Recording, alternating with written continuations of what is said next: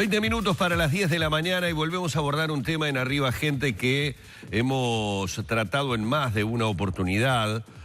Casos de violencia que sufren niños y adolescentes en nuestro país. Lamentablemente, yo diría que la gran mayoría de ellos no hechos públicos, simplemente porque no se conocen, simplemente porque muchas veces el entorno familiar o esas situaciones intrafamiliares quedan justamente allí o se terminan resolviendo, esto dicho entre comillas, de esa manera. Es una buena oportunidad para dialogar con la psicóloga Mariana Echeverri del Comité de los Derechos del Niño, con la socióloga Paula Baliato de ANONG, justamente para debatir, para volver a meter el tema en un día en el que se realiza una jornada de reflexión con respecto a esta situación. Buenos días, bienvenidas y un placer tenerlas en la mañana de Arriba Gente. Buen día.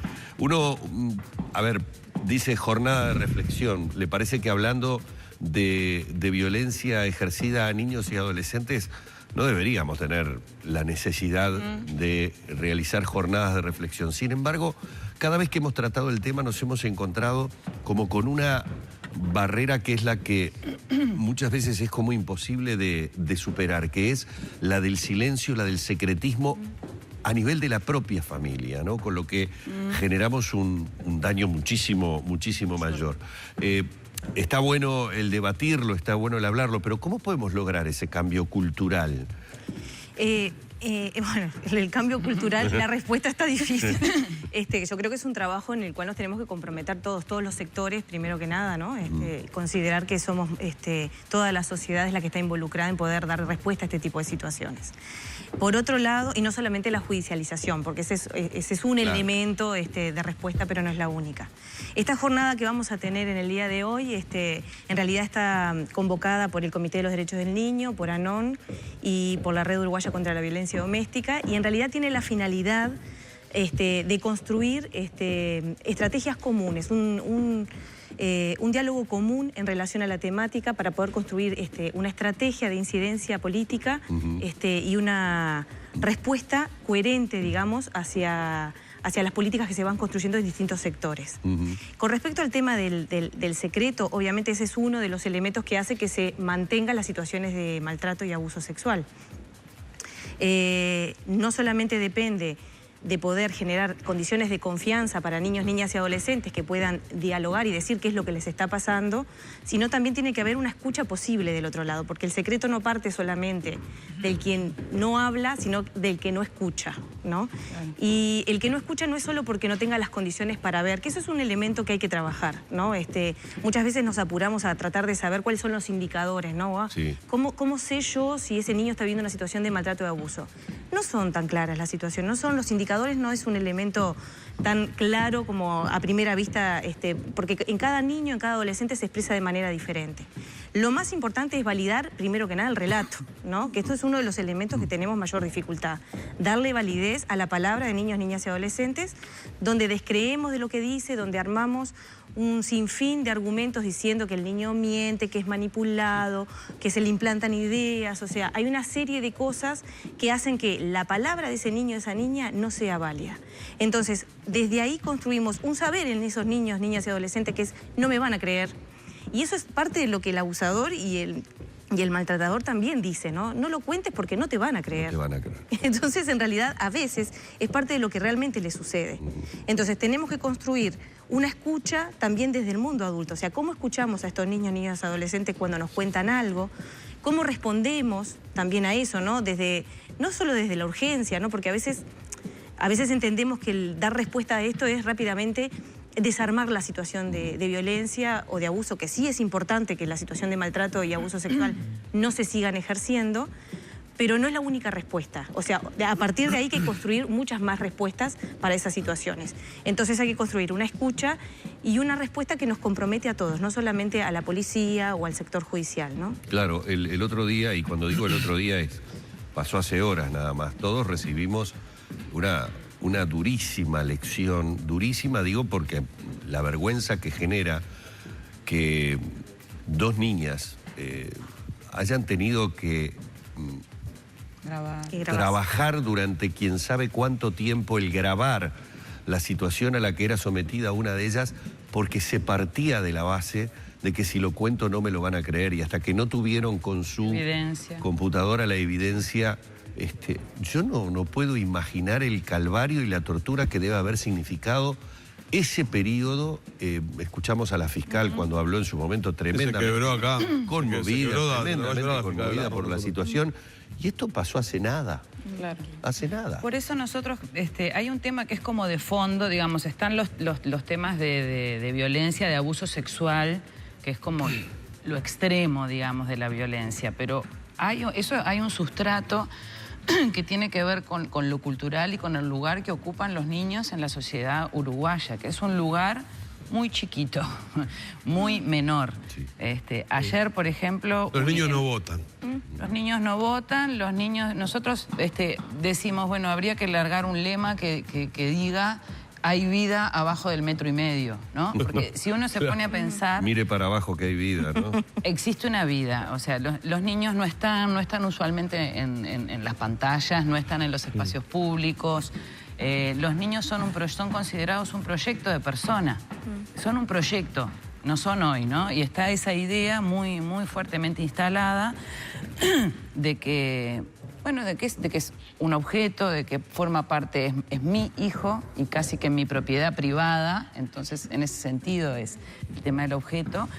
Y bueno, entonces tenemos como sociedad muchos desafíos muy grandes, ¿no? Porque una sociedad que no cuida bien a sus niños está en problemas, no solo por los niños que la pasan mal, sino por el futuro también de esa sociedad. Ayer, por ejemplo, UNICEF presentaba un informe sobre la pobreza los datos son tremendos. Infantil, y lo que tenemos es que la mayor parte, si bien han descendido los niveles de pobreza, etcétera, pero la mayor parte de las personas pobres en el Uruguay son niños, niñas y adolescentes. Y eso compromete enormemente el futuro del país, porque el principal capital que tiene cualquier país son sus personas, y son sus niños. Claro. Entonces, un poco la jornada también apunta, bueno, específicamente a hacer foco, sí, en las situaciones de violencia sexual, pero también, además del bosque, digamos, mirar el árbol, claro, identificar los distintos desafíos que tenemos desde lo que nos toca a nosotros, que somos organizaciones de la sociedad civil, que trabajamos diariamente en barrios, con niños, con familias, pero que también se participa en otros ámbitos en diálogo con las autoridades de gobierno, porque nos parece que, bueno, que ahí sí hay muchos desafíos, ¿no? Todavía el país tiene respuestas muy insuficientes para atender las situaciones, para prevenirlas, etcétera. Yo escuchaba recién la respuesta que Mariana le daba a Humberto, y si bien no es la única alternativa o la única respuesta que hay frente a las situaciones de abuso y de maltrato y abuso sexual, en este caso, por ejemplo, para niños, niñas y adolescentes, una pata o un sustento importante para dar respuesta frente a eso es el sistema judicial. Sí. Ahora, ¿cómo trata el sistema judicial a esas víctimas? Porque la verdad, hay últimos casos que han estado... Bueno, recién Humberto citaba uno, ¿no? Hay casos que han estado muy públicos, que han dejado mucho que desear de la respuesta judicial. A ver, a mí me parece que, y esto no es justificativo, muchos de los sectores públicos lo que están reclamando es la falta de recursos humanos. Hay como están sobrepasados en cuanto a la posibilidad de dar respuestas. Igual esto no justifica, obviamente, la modalidad, ¿no? De todas maneras, me parece que falta mucho también hincar el diente en el caso de infancia, me voy a acotar como esto, generar un espacio de diálogo real con ese niño, esa niña, ese adolescente, ¿no? En general, no se dan los tiempos para que los defensores hablen con estos niños, niñas que van a ingresar al sistema, no se les explica. Es una experiencia que a cualquier persona, si te citan del juzgado, uno queda un poco nervioso porque no sabe bien de qué se trata, es un lugar nuevo, diferente, ¿no? Entonces, hay una preparación mínima, que no es implantar ideas, sino una preparación a lo diferente, a lo nuevo, a la oportunidad que tiene ese niño, esa niña para contar ciertas cosas, porque es una instancia única y muchas veces sabemos que las situaciones de maltrato y abuso se cuentan en el marco de un proceso y no de una instancia única. Entonces es muy difícil que en una instancia de audiencia o en una instancia de pericia ese niño se sienta con la confianza suficiente y entienda que es la oportunidad que tiene de poder poner en evidencia su situación para que alguien pueda protegerlo, porque además teme de la respuesta. Y el sistema judicial también está bastante solo a la hora de dar respuesta, ¿no? Porque el sistema judicial tiene que responder articulando con el sistema general. Claro. Y el sistema general implica que haya una vivienda para quienes no la tienen, que haya un sustento económico para las personas que de repente no tienen ingresos, y en el desarme de esa familia, por ejemplo, quien agredía o quien abusaba era el sustento económico o va a la cárcel, ¿no? Entonces no se piensa en el después, ¿no? Y el sistema judicial va a dar su respuesta, va preso, por ejemplo, en el mejor de los casos, ¿no? Pero ¿qué pasa con esa familia? ¿Cómo queda esa familia? ¿Cómo se reparan esos daños? Hay algunos servicios que estamos para la reparación del daño. Yo leía un informe hace poco de la organización Save the Children, Sí. que decía que el 70% de los casos de abuso no se puede comprobar. Y lo que pasa es que por abuso entendemos distintas cosas, ¿no? A veces tendemos a pensar solamente el abuso con la penetración, ¿no? Abuso sexual es el tocamiento, abuso sexual es la exposición a ver, por ejemplo, relaciones sexuales entre adultos o a participar de alguna manera, a pornografía, bueno, con la intención, obviamente, ¿no? Estamos hablando con una intencionalidad y donde hay un goce desde el mundo adulto, digamos, ¿no? Y ustedes, perdón, antes de ir redondeando y cerrando, ¿cómo ven la situación de un elemento nuevo que algunas organizaciones impulsan para contrarrestar determinados relatos, que es el síndrome de alienación parental? Porque se dice que los niños son manipulados para ponerlos en contra de sus padres, en este caso, no de progenitores, pero básicamente es un elemento muy utilizado por parte de los padres. Sí, en realidad lo que pasa es que eso surge de una persona que en realidad generó la construcción de este síndrome de alienación parental, pero que no tiene su correlato científico, no está comprobado científicamente. Lo que pasa es que esta persona publicó sus propios libros y después, en el correr del tiempo, cuando empezó como a tener mayor difusión, porque algunos defensores en los procesos de acusación por abuso sexual, los defensores del agresor empezaban a tomar como elemento de defensa este argumento, ¿no? Entonces empieza como a considerarse una línea útil, digamos, ¿no? Ahí se empieza como a investigar un poco más sobre la persona que crea este síndrome de alienación parental, se llama Richard Gardner, y esta persona en realidad en todos sus fundamentos plantea donde habilita las relaciones sexuales entre adultos y niños, niñas y adolescentes. Es una persona que deja mucho que desear en toda su... fue investigado después, ¿no? Sí, para sí. poder ver de dónde venía también este planteo, ¿no? En realidad, claro, es muy fácil pensar de que hay una implantación. Esto se utiliza como mecanismo para contrarrestar el valor de la palabra de niño, niña y adolescente. Un niño lo que no puede es instalar internamente la experiencia, ¿no? Un niño puede relatar que vivió algo que no vivió. Si yo le sugiero, tú decís que te pasó, que te caíste recién, ¿no? Pero lo que no puede es implantarse la experiencia.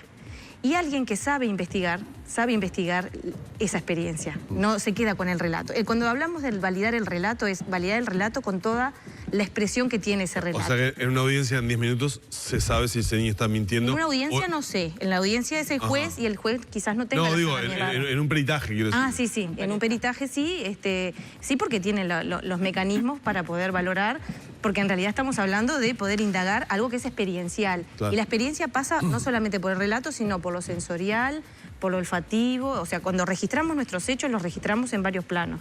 Claro. Y eso no se implanta.